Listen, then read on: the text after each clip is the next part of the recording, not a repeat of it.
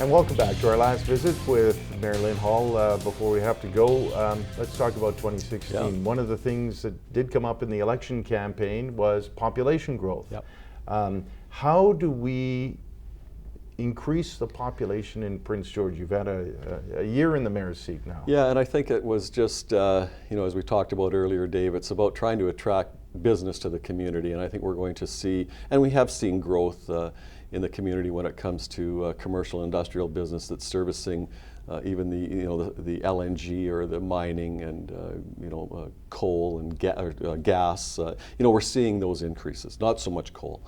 And I think what's happened is that we can keep promoting that.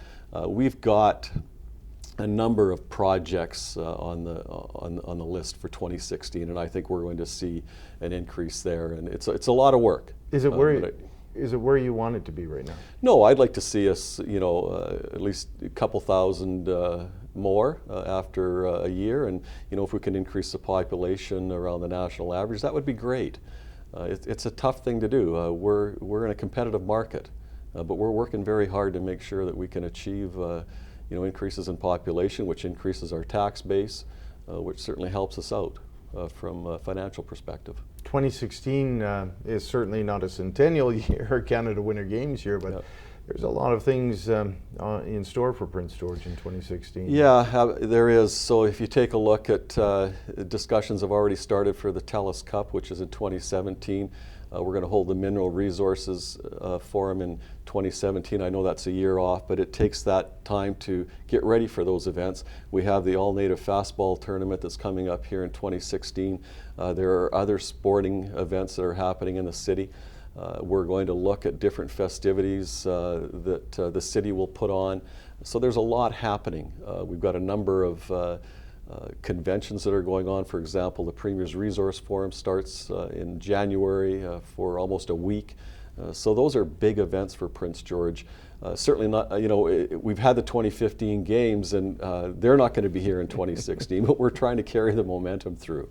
But there's some key things that the city has to accomplish in this next year as well. There are. The review of the buildings, for example. Yeah, so we have a facilities review, and that will tell us what kind of shape all of our buildings are in, from CN Centre to the Four Seasons Pool.